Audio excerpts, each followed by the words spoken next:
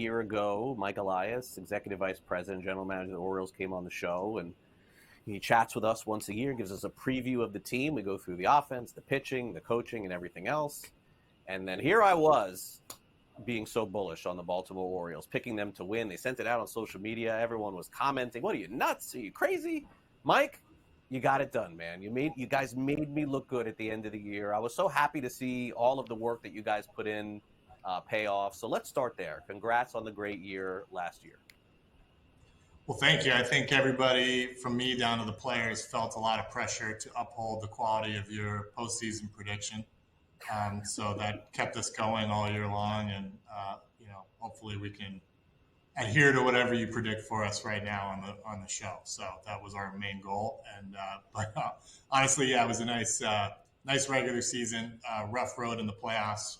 We got bounced and left a bad taste in our mouth, but the team came back to Sarasota in spring training, kind of picking up where they left off. I saw a great attitude from everybody, and a lot of our players in really good shape, and really happy to be under the same roof together, I felt like. Yeah, and I would say that in watching the games that were televised, the Orioles to me looked like the best team in baseball again. In spring training, you guys, were incredible, like winning all of these games over and over, and nobody wins that Grapefruit League championship, and then it matters. But to at least just call it what it was, you guys did play great there. But going back to what you said, which was really interesting for me, because I think everybody kind of thought, Mike, like, this is a great team. The window is open, but they're a pitcher away from really making this to the next level, this next step. You assessed, I'm sure, everybody in the winter, all of these free agents, all these potential players to add. You have teams calling you all the time about your young players. You landed on Corbin Burnes of the Milwaukee Brewers. So if you wouldn't mind, take me back to how that ended up happening and just how much he will end up meaning to the rotation. Well, we were looking for a rotation upgrade, ideally. It's everybody wants to have an ace, but you don't have to. It's a nice thing to have, and it's definitely a very efficient way of improving your whole roster. But they're hard to get your hands on. So we were looking for ways to upgrade our rotation, and we knew that given the quality of our farm system, and given some of the market disparities in free agency and in baseball, and where Baltimore kind of falls in on that spectrum, that our best ability to go out and get an impact starter would probably come in the trade format. So very early in the offseason, right after the World Series ended and the offseason started, we started contacting teams that looked like they might have a frontline starter going to the trade market. Corbin Burnes was right at the top of the list. And the problem was that we didn't know if the Brewers were going to want to trade him or not. And, early in the offseason, I don't think they were sure either, but they went out and made some other moves. And we waited. We talked to some other teams, but it wasn't clear whether those players were going to be traded either. And towards the end of the offseason, I think the Brewers were in a spot where they were comfortable at least entertaining trading a guy like Corbin Burnes, but they wanted certain things back. First of all, they wanted a lot of value back, but also major league ready players, because they still have a good team and they still have a chance in the American League Central. So I think we were in a unique position. We had Joey Ortiz, who's basically a plug and play ready starting shortstop, that we have a lot of shortstops here. And then DL Hall, who's got a very gifted arm and had debuted in the majors and had a really nice debut as a reliever, but was still in this development progression in terms of fulfilling his potential as a starting pitcher. So they told us that's what they needed. We did it. And, it was late in the offseason, but I think the patience paid off, and very hopeful that he's going to have a great season here for us and hopefully be an X factor with us getting back to the playoffs. Yeah, so every 5 days having a guy like that, it makes the Orioles rotation goes from good to formidable. Adding in with Grayson Rodriguez and Tyler Wells, Dean Kramer, Cole Irvin, those will be the starting 5 pitchers, at least at the start of the season, for the Baltimore Orioles. Kyle Bradish is getting healthy, he's coming back from UCL, John Means as well. And then the other thing that I know that you did, Mike, was that, certainly the bullpen is always a very important factor for every team. You lost, arguably the best reliever in baseball in Felix Bautista. I still love Yennier Cano, and I think that he can close games too for you, but you ended up getting a very savvy veteran for that role as well in the offseason. And I wonder how you landed on Craig Kimbrel.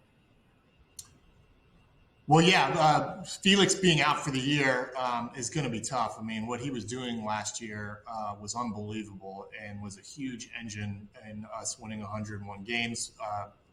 Had a ulnar collateral tear in September. We got him Tommy John surgery, but he's going to be out for the year. Like you said, we're bringing back a lot of other really good relievers that had good seasons. Cano was an all-star last year. Craig Kimbrel was an all-star last year, and so we signed him. He has about as much ninth inning experience as anybody alive right now. And, we think it's going to help provide a veteran presence at the back end of the pen and help some of our younger guys share the workload a little bit. So we feel good about the bullpen. They were solid in spring. And, we know that life without Felix is not going to be easy by any stretch, but I think this group it looks good to me. I think the guys are in a good position to hit the ground running, and we'll make any adjustments as needed as the year's going along. If we need to bring in help or promote from the minor leagues or shuffle roles at the trade deadline, we'll take a look at it. But I think that this is a really strong looking bullpen, and we're going to do the best we can to pick up the slack. Yeah, and I would say that that's like really the key here is that, we're going to look at your offensive group, but there's so many players that we're not even going to discuss probably here because we would have to do the show for an hour to talk about everybody in the minor league system that you guys have. I mean, you have the best catcher in the American League. My buddy JT Realmuto, if I said best catcher in baseball, he'd get mad. So I'm going to say American League in Adley Rutchman. You have a catcher behind him in Sam Basayo, who's going to be a star. Westberg, Gunnar Henderson was so great last year. Austin Hayes, Santander, Colton Cowser. You guys have built this juggernaut of offensive players with more to come. And the question that I get asked a lot, Mike, is like, how are you guys doing this? Like teams struggle to draft and develop and get these guys so consistently to the big leagues, and to have not only the starting lineup that you have, but other players waiting in the wings is sort of unheard of in this day and age. Well, first of all, I was lucky. You look at that list. A lot of those players were drafted prior to me getting here, and Dan Duquette and the scouting department did a good job of keeping the system flowing with some good draft picks. And you see a lot of those guys in our lineup right now. But then also we've had a nice, fortunate run here with our first and second round picks in particular, going back to 2019, our first draft. We have a lot of people here that have a lot of really deep experience when it comes to scouting and the major league draft. And then also we've got a great player development apparatus to go with it. And when you have those two things working in concert, it can be fun working in scouting and player development when you have good people working together. So we've been really fortunate with the results over these drafts the last 5 years or so. We're going to do our best to keep up that standard going forward. But we know it's not easy and it takes a lot of good luck. But I can tell you we're working really hard to stay at the top of our game. Yeah, and it's worked thus far as the Orioles get to the postseason and now try to run it back, so to speak. And anybody watching this, Mike, is waiting for me to ask you about Jackson Holliday, because that has been another hot topic, not just of conversation with the Orioles, but in Major League Baseball, for this phenomenal kid who has looked every bit the part of a future superstar. And he's going to start the season, as you guys announced, in the minor leagues. Now, and I wonder from your perspective how you guys came to that decision. And also the fact that you spent a lot of time in Houston where patience was preached like over and over again with a lot of those future Hall of Famers and superstars that you saw come up there. I wonder what went into the thought process here, because most people watching are wondering and waiting for me to ask you why you decided to start off with Holliday in the minors with how you've seen him look thus far. First of all, I think phenomenal is a great word. I mean, literally, what he's done in the minors thus far, it's been something you got to go back a couple of decades, at least the way I look at it, to see a young American high school player move through the minor leagues as fast as he did last year. It was a very close call for us with what to do with him. First and foremost with us is the development of a talent of this caliber. And, you look, he's 20, he's way ahead of the curve. He's only played 18 games in AAA, and he didn't play much in AA either. And in particular, we have more work to do in terms of preparation to face really hard left-handed pitching that he's going to see in large doses and important doses in the major leagues.